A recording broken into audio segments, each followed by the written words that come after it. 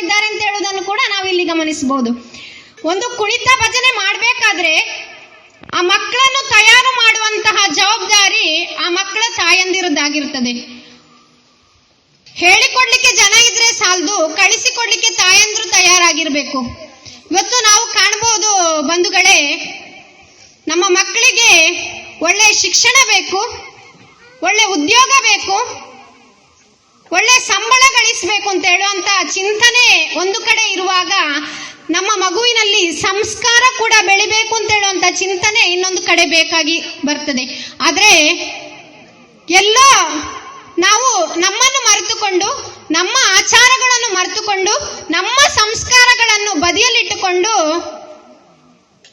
ಆಡಂಬರ ಜೀವನಕ್ಕೋಸ್ಕರ ಇರ್ಬೋದು, ಆಧುನಿಕ ಜಗತ್ತಿನ ಬದಲಾವಣೆಗೋಸ್ಕರ ಇರ್ಬೋದು, ನಾವು ಬದಲಾಗ್ತಾ ಇದ್ದೇವೆ. ನಮ್ಮ ಆಚಾರಗಳನ್ನು ಮರಿತಾ ಇದ್ದೇವೆ, ನಮ್ಮ ಸಂಸ್ಕಾರಗಳನ್ನು ನಾವೇ ಬೀದಿಗೆಳಿತಾ ಇದ್ದೇವೆ ಅಂತ ಹೇಳಿದ್ರೆ ತಪ್ಪಾಗ್ಲಿಕ್ಕಿಲ್ಲ ಸ್ನೇಹಿತರೆ. ಇವತ್ತು ಅದೆಷ್ಟೋ ಮನೆಗಳಲ್ಲಿ ಸಂಧ್ಯಾ ದೀಪ ಎಷ್ಟೊತ್ತಿಗೆ ಇಡಬೇಕು ಅಂತ ಹೇಳೋದು ಗೊತ್ತಿಲ್ಲದ ಮನೆಗಳನ್ನು ನಾವು ಕಾಣಬಹುದು.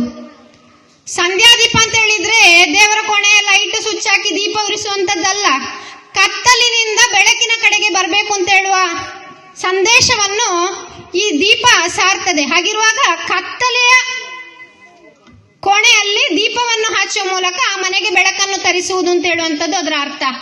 ಆದ್ರೆ 6:30 ಗಂಟೆಗೆ ಇಡಬೇಕಾದಂತ ದೀಪವನ್ನು ಇವತ್ತಿನ ಮನೆಯಲ್ಲಿ ತಂದೆ ತಾಯಿ ಇಬ್ರು ಹೊರಗಡೆ ದುಡಿಲಿಕ್ಕೆ ಹೋಗ್ತಾರೆ, ಅನಿವಾರ್ಯ. ಮಕ್ಕಳನ್ನು ಒಳ್ಳೆ ರೀತಿಯಲ್ಲಿ ಬೆಳೆಸಬೇಕಾದ್ದು ನಮ್ಮ ಕರ್ತವ್ಯ. ಜೊತೆಗೆ ಈ ಬೆಳವಣಿಗೆಗೆ ಪ್ರತಿಯೊಬ್ಬರು ಮನೆಯ ಹಿರಿಯರು ದುಡಿಬೇಕಾದ್ದು ಅನಿವಾರ್ಯ ಆಗಿರೋದ್ರಿಂದ ನಾವು ಮನೆಗೆ ಬರೋದೇ 8 ಗಂಟೆಗೆ ಆಗಿರ್ತದೆ. ಇನ್ನು ಸಂಧ್ಯಾ ದೀಪ ಕತ್ತಲೆಗೆ ಮಾಡುವಂಥದ್ದು ಸಾಮಾನ್ಯವಾಗಿ ಕಾಣಬಹುದಾಗಿದೆ. ನಮ್ಮ ಮನೆಯ ಹಿರಿಯರು ನಾವೇ ಮಕ್ಕಳಿಗೆ ದಾರಿದೀಪ ಆಗಬೇಕು. ಮನೆಯೇ ಮೊದಲ ಪಾಠ ಶಾಲೆ, ತಾಯಿಯೇ ಮೊದಲ ಗುರು ಅಂತ ಹೇಳ್ತಾರೆ. ಹಾಗೆಂತೇಳಿ ತಂದೆಗೆ ಹೇಳಿಕೊಳ್ಳಿಕ್ಕೆ